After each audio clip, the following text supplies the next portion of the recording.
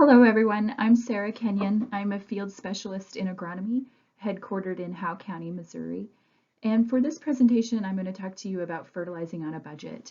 And what I have done is just created a long list of topics and ideas that I think are important to those that want to fertilize on a budget. Keeping in mind that many people are already doing at least some of these things, and so it's just a way for you to think through this process and maybe give you some ideas of other practices that you could adopt or ways to do current practices a little bit better or with a little bit more of an intent towards fertilizing on a budget. So to get started, to go through my list, the first thing that I think that people need to consider is you do need to know how much forage you actually need. And so you can ask yourself, how much do you grow each year? How much do I need to grow? Do I have gaps in my forage system? How do I fill in these gaps? What is my average cover? And what is my forage demand? And asking yourself these questions and walking through these steps can be helpful to pinpoint strengths and weaknesses in your system. Managing forage is really about managing supply and demand. And supply is the forage that you have on hand. That's growing. It can be annuals or perennials, stockpiled forage. It could also be stored forages, hay and baleage, feed and supplements. So what forage supply, what food supply are you going to be feeding your livestock? And your demand is your livestock. And demand can vary depending on what class of livestock it is. I have beef cattle shown here, but goats and horses and sheep, different classes of livestock are going to have different demands for forage. But then also whether they're lactating, whether they're pregnant, whether they're dry animals, all of those things really make a difference when it comes to forage demand. And so forage supply and forage demand is changing throughout the year. And so that's what makes forage management tricky, but it's not impossible. And so thinking about forages in terms of supply and demand, I think is very helpful for a lot of individuals. And so that's how I'm going to talk about it for today. One thing that you can do is develop a pasture budget or a supply budget. And what you do is you list out your forages, what forages you have, what paddocks you have, how many acres are in each paddock, and then split that out between the months of the year. And this unit is animal unit months, but you can select whatever unit works for you, for your system. But putting it out in this method can be helpful to pinpoint those strengths and weaknesses that we talked about. Where are my gaps? Where are my surplus forage? Where's that going to lie? And then you put that against a demand budget, so you list out the animals that you have, the class of livestock, the numbers of those livestock, and then your animal units. And then again, you put that out monthly, so if you're going to have calves, if you're going to have calves only for part of the year, you would put those here. And then once you wean those animals, so it changes. So that's the point of this. And so once you get a feel for, how much forage you have and what your demand is, you can really get a sense for those strengths and weaknesses. And putting together a budget like this can really help you determine where those gaps are and where those surplus months are going to be. So in these surplus months, perhaps that's when you cut hay, maybe that's when you can, change your stocking rate, you can do different things once you know what your strengths and what your weaknesses are. So putting together these budgets can be helpful for people. You can also do something called a grazing wedge. And a grazing wedge is something that you would do on a more routine basis, whereas the budget is more of a monthly type thing or annually or quarterly perhaps. But a grazing wedge is something that you would do more often. And you would be monitoring your pasture production, your yield, and what you do is you arrange the paddock with the highest forage available to the paddock with the least forage available. And that should line up in a grazing wedge. And ideally, each paddock would just touch this target line. This is your target cover. What pasture cover do you need on the farm? Anything that falls above the red line is too mature, so maybe that needs to be cut for hay. Maybe you need to increase your stocking rate. Maybe you need to stop fertilizing. If you get too many paddocks that are over mature. So that's the idea behind that. Paddocks that fall below this bottom red line would be paddocks that have been potentially overgrazed or paddocks that have had some type of damage to them. Maybe they've been flooded, maybe they've been pugged because of raining, some type of damage or even potentially overgrazing, and they need a slightly longer rest period. The grazing wedge is really helpful because it can help you identify time periods when forage supply is going to become low. And if you know when supply is going to be low several weeks ahead of time, you can really make some management decisions to help you fill in that gap. So if you see a gap coming, maybe you need to add more fertilizer, to get these paddocks, boost the growth in these paddocks to get them to meet that target cover line. Since you have some paddocks up here that are in surplus, maybe you can use those paddocks to fill in this gap. You could start feeding supplements, to stretch that forage supply. So there's some things that you can do, management-wise to help you, meet the needs of your forage and then also your livestock. One of the best tools that I have found is just using a whiteboard, a marker board, somewhere in the barn or maybe in the entryway, your washroom, somewhere where you can see it daily to see what paddock to graze, what paddock to rest, what paddock to fertilize, what those everyday decisions are, and then, going back and looking at those decisions on a regular basis to see, oh, was that a good thing or was that a bad thing? What changes do I need to make? From this point forward. And so I think this system is really very helpful for a lot of people. Keeping in mind that you will need to, whether you're using a pasture budget or a grazing wedge, you are going to have to develop some method for measuring your forage.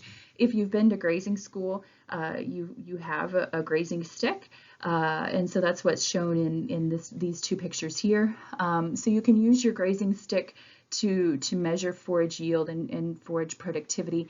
In this picture is a rising plate meter. It's just another tool to help you measure.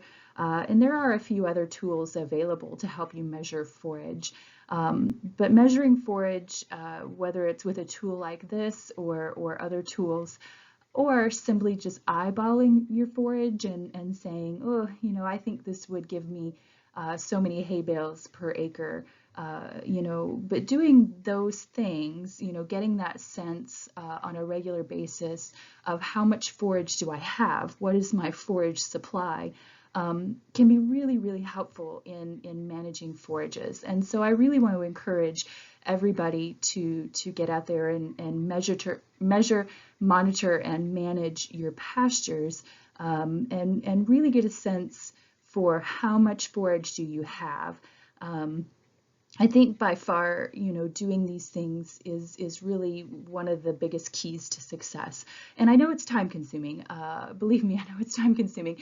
And a lot of people put it off for that reason. But getting out there and making the time to do it can really make a difference in knowing your forage supply and your forage demand.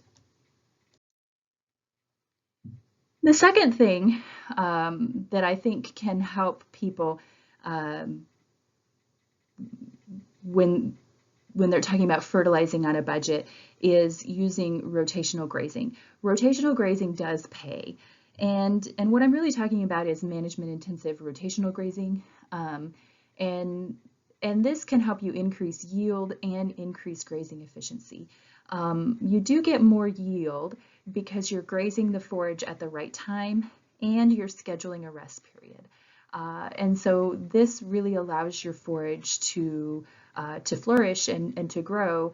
And at the same time, you're grazing smaller acres, so your grazing efficiency or your grazing utilization increases significantly.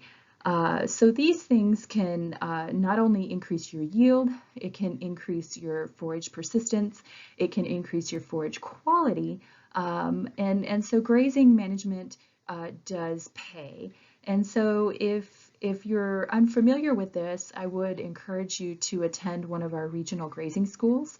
Or if you've already attended a regional grazing school, you can always attend again and pick up more tips and more information to take your grazing to the next level. I think this is just the best way to go. And you know, if you're growing more grass, you're utilizing more grass, and it's higher quality grass, the fertilizer that you do use in the system then is more likely to pay for itself under those scenarios. So rotational grazing does pay. The next thing is take a soil test.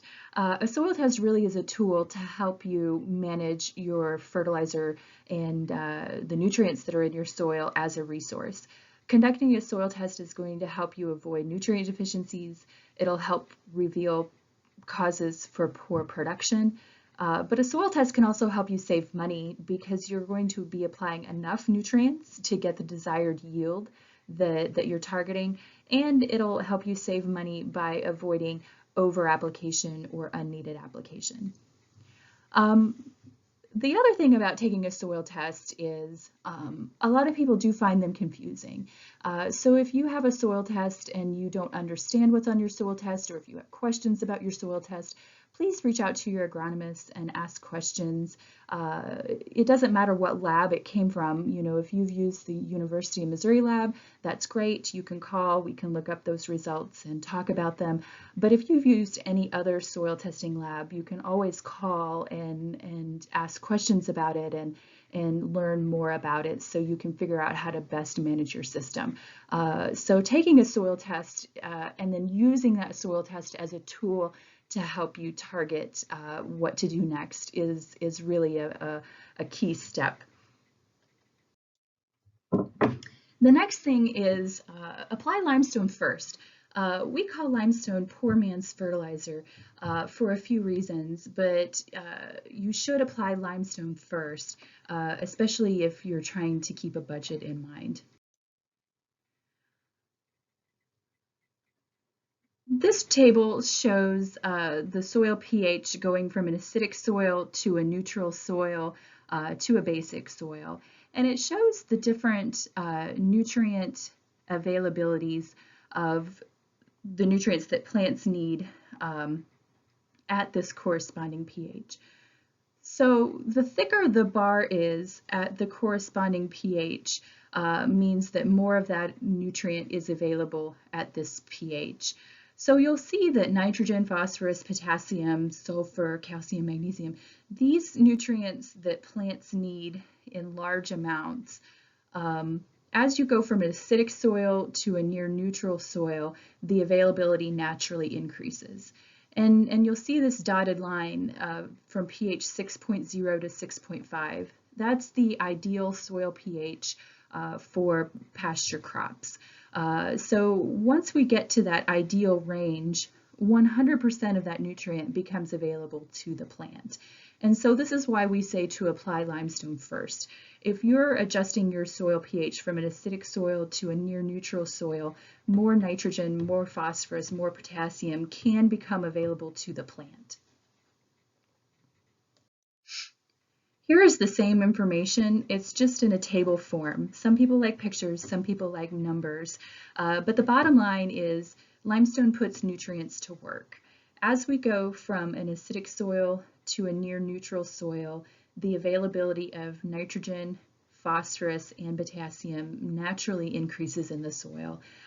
So if you are on an acidic soil, apply limestone first to boost these levels, potentially boost these levels, but then any fertilizer that you apply thereafter will be more available to the plant and less likely to bind to those soil particles and become unavailable.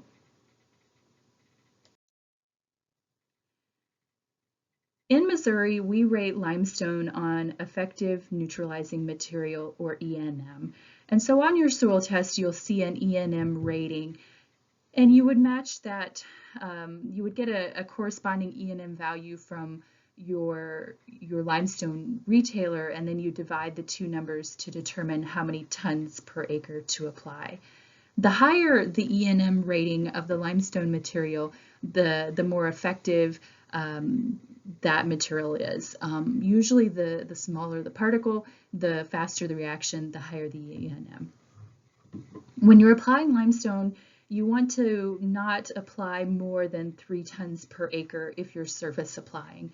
If you're incorporating it, disking it in, you can apply more than 3 tons per acre, but for surface application, you want to keep it to about 3 tons per acre in one application.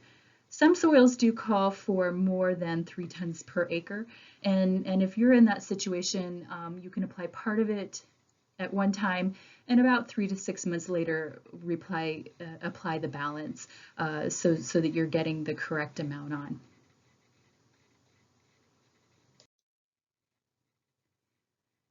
This table is what we call the theoretical soil pH adjustment, and soil has a buffering capacity, which is represented by this yellow bar.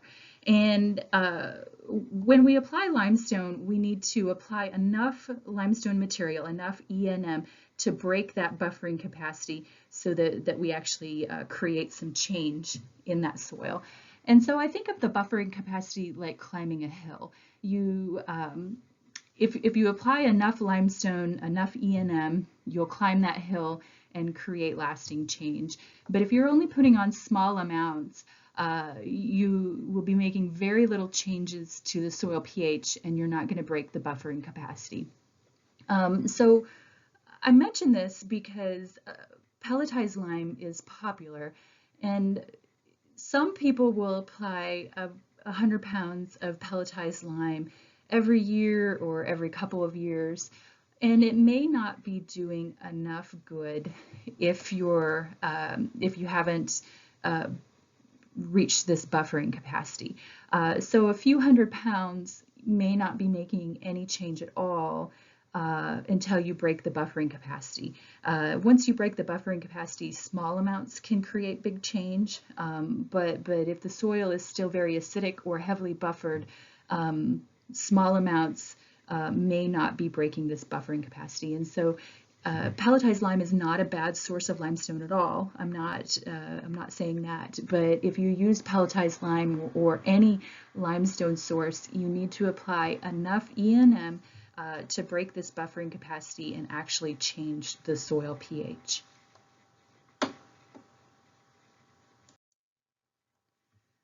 The next thing is you do want to target low testing soils first. Soils that test low to very low will respond to fertilizer faster than soils that test medium or better. And so let's think about this a little bit.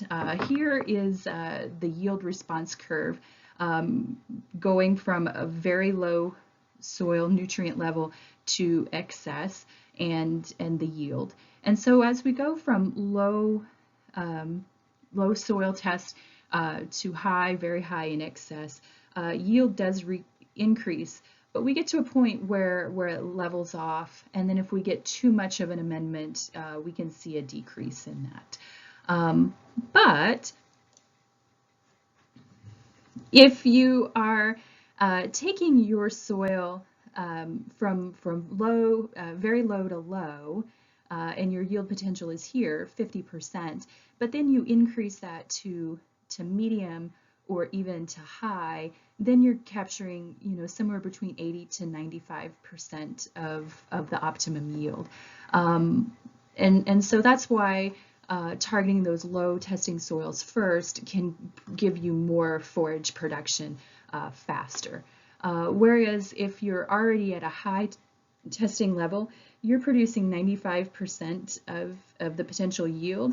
And so taking that from a high soil test to a very high level, you're only going to be capturing about 5% more yield. And so going from low to very low, where you're capturing 50%, up to 90%, is going to give you a greater response. So targeting these low soils first can give you more forage faster. The other thing to think about is interseeding legumes. Legumes like clover, red clover, white clover, alfalfa, annual lespedeza, all of these legumes contain a relationship with rhizobia bacteria, and the rhizobia bacteria fix nitrogen from the atmosphere. And so plants that have the rhizobia bacteria on the roots, they'll form these little nodules. And so you can dig up your plants and look at the nodules and find the nodules to see, if they are working for you. If you split them open, they'll be a bright, almost fluorescent or a neon pink. So you can take the time to dig up your plants and see if they are fixing nitrogen for you. But legumes can fix anywhere from 50 to 200 pounds of nitrogen per acre per year. There is a lag time after you plant legumes for nitrogen fixation to occur. The plant has to develop the relationship with that bacteria and form these nodules, so there is a bit of a lag phase. Nitrogen fixation is reduced or even stopped if you apply chemical traditional fertilizer sources. And the other thing to keep in mind is you do have to have 25% legume in your stand to have a significant impact. Or in other words, you do have to have 25 to 30% legume in your stand for the legume to fix enough nitrogen to feed your grass crop. But having legumes in your stand can reduce fertilizer expenses pretty significantly because you do not need to purchase nitrogen fertilizer. So that expense is completely wiped off of your budget sheet.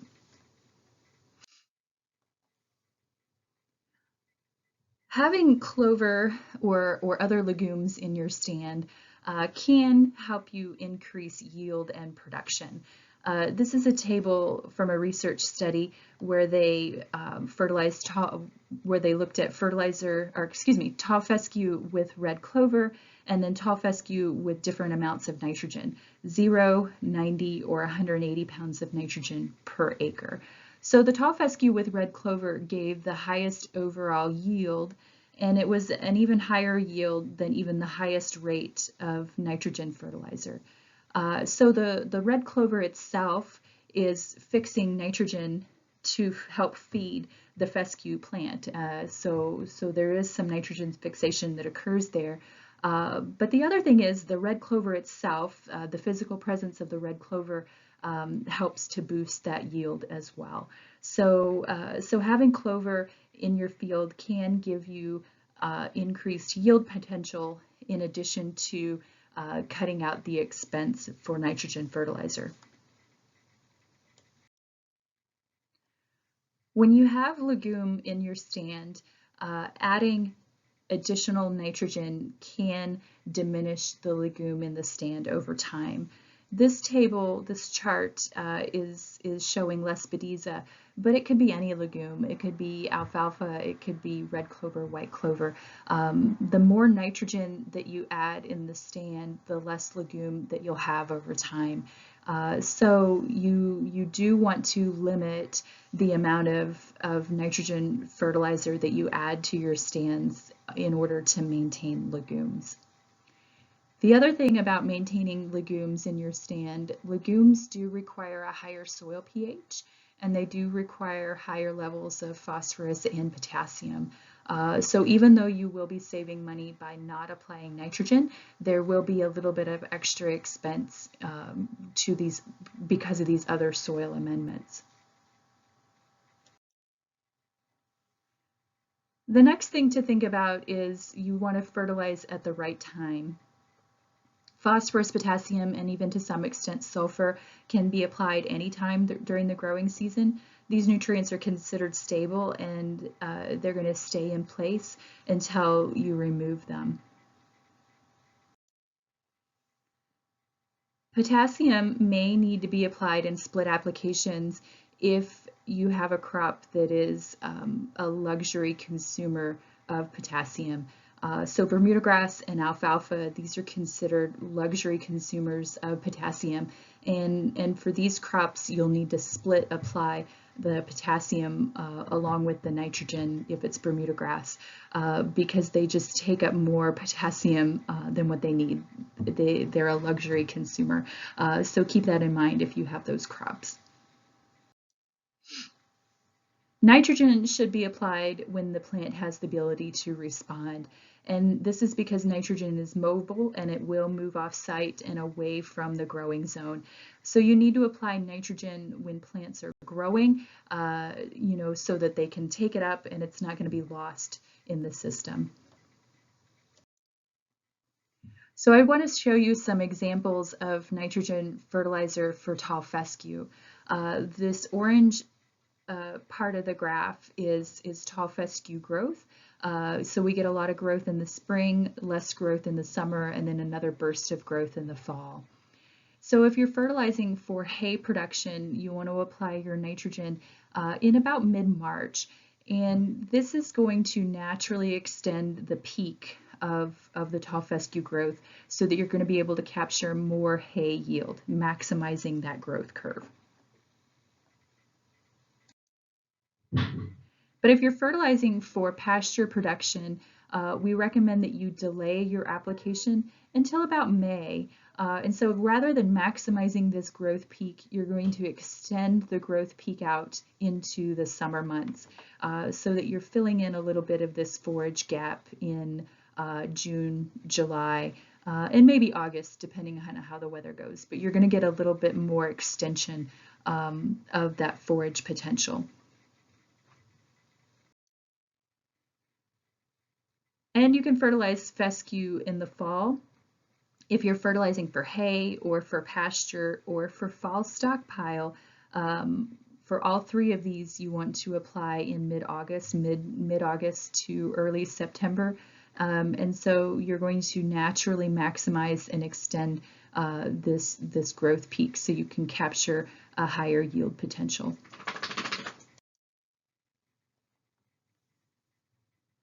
The other thing to consider when you are fertilizing for a budget is to manage your manure as a fertilizer. Consider how and where you feed your hay. Consider dragging those old manure piles and hay piles, and rotational grazing, distributing that manure as evenly as possible can make a big difference in terms of fertilizer and soil fertility. This is a study that was conducted in northern Missouri. They had 3 treatments. They had a hay ring in a set feeding area where they fed hay in this area throughout the winter months. The cattle could graze the entire paddock, but the hay was fed in this stationary feeding area. The second treatment was a hay ring, but the hay ring was moved around the field throughout the winter months. And then the third treatment was unrolling the hay and then changing the location of where the hay was unrolled throughout the feeding period. Some of the animals were fitted with GPS collars so that we could see where they spent their time grazing. And so when there was a stationary hay ring, the livestock, the cattle in this instance, spent most of their time up near the feeding ring. They did graze the rest of the pasture, but it was very sparsely grazed. And so the cattle and then therefore the manure concentration is up here near the feeding ring. When they move to the feeding ring, you can see the manure piles are the feeding area, and then therefore the manure piles are much more evenly distributed across the system. But we do have these pretty significant clusters where the feeding ring was placed. But if you compare that to where hay was unrolled, the livestock tend to graze or to be found much more evenly across the paddock system. And so you're less likely to have those manure piles or those clusters of manure to form. This is satellite imagery showing what those feeding areas look like. So here's the stationary ring, so you can see some significant, hoof damage and animal traction in those areas in the bare ground. But, the forage that's around it is significantly greener than the rest of the field. And so there's a much higher amount of fertilizer concentration in this area as a result. You can also see, where the hay was unrolled. There is a little bit of hoof traffic damage, but not nearly as much. And then where the hay ring was moved, you can see less damage overall. So when you're feeding hay, regularly moving feeders and feeding areas can help distribute the hay, the forage, across the system, but it also distributes the manure, the fertilizer source, around the system as well. So when you're feeding hay, do not use the same pasture for supplemental feeding every year. Think about unrolling your hay or feeding your hay in the feed rings in different paddocks every year. And if you have a paddock that tests low to very low, feeding hay all winter in that one field can help boost those soil test values pretty significantly and can be a good tool to increase those low testing fields over time. Unrolling hay can be beneficial to the livestock as well because it allows the boss animals and the timid animals to eat together. You're spreading it out, and so the animals have more equal access to that feeding area. Also, there's less hoof damage in the feeding area because it is larger. And importantly, distributing the hay, unrolling the hay distributes the nutrients back on the field. So we've already talked about that quite a lot, but it really is a good point that I really want to hit home. You can do the same thing with rotational grazing or with strip grazing. This is a stockpiled tall fescue field, but it could be any field or any time of the year. It just happens to be this time period. But right here was where a temporary electric fence was, or a poly fence was. And so the person that took this picture took the fence down and turned the animals into this strip to graze. And then this is what the area looked like after the livestock were removed. You can see the forage has been removed, but the manure piles are very evenly distributed across the entire field. And so getting that even distribution of manure can significantly increase forage test or soil test values and bring those soil values from low to medium or high over time. So just to give you a little bit of information about manures, just in general, there's some good things and there's some bad things about manure. Then this is primarily for purchasing manure, but it kind of relates to all manure. The good things are the levels of phosphorus can be very high when the manure is applied to meet the nitrogen needs. So if you're purchasing in turkey litter or poultry litter or dairy slurry. Usually we apply that to meet the nitrogen needs of our crop, but when you do that, the phosphorus levels are very, very high. And so we can bring a soil test from low to very low to medium or high very quickly with a manure application. Adding manure is one of the only ways that we can purchase in or bring in organic matter. And there's a lot to be said about adding in organic matter and bringing that organic matter into the soil. One thing is that it helps improve soil health aspects, but there's quite a lot of good things about adding organic matter. And then in addition to the nitrogen, the potassium, the phosphorus, those main nutrients that are available, manure can add micronutrients. And so that's an added benefit. The bad thing about manure is the smell. Obviously the smell is an issue, and depending on how close you are to an urban setting, you know, the smell could be more important or less important. But smell is a factor. Transportation cost is a factor. In our part of the state,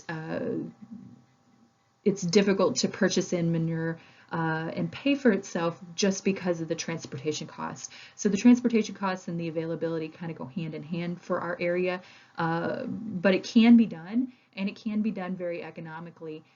It's just that it's a little bit more difficult for our part of the state compared to others. And then the nutrient content can be quite variable. Some loads can be very high in nutrient, and then the next load can have a very low level of nutrient. And so it really depends on the bedding material, you know, how long it had been in there, whether it had been composted or not composted. And so the nutrient content can be quite variable in manures. And then another bad thing about it is occasionally we get some weed seed problems that come in on that bedding material, but that's not with every load, it's just with some loads. And so those are some things to think about if you are purchasing in manure. Here are some average nutrient concentrations for different types of manure, but keep in mind these amounts are just sort of ballpark amounts. If you're purchasing in a load of poultry litter, it could be a lot higher than these amounts, or it could be a lot lower than these amounts. But this can give you an idea of what to expect if you're considering purchasing a manure product.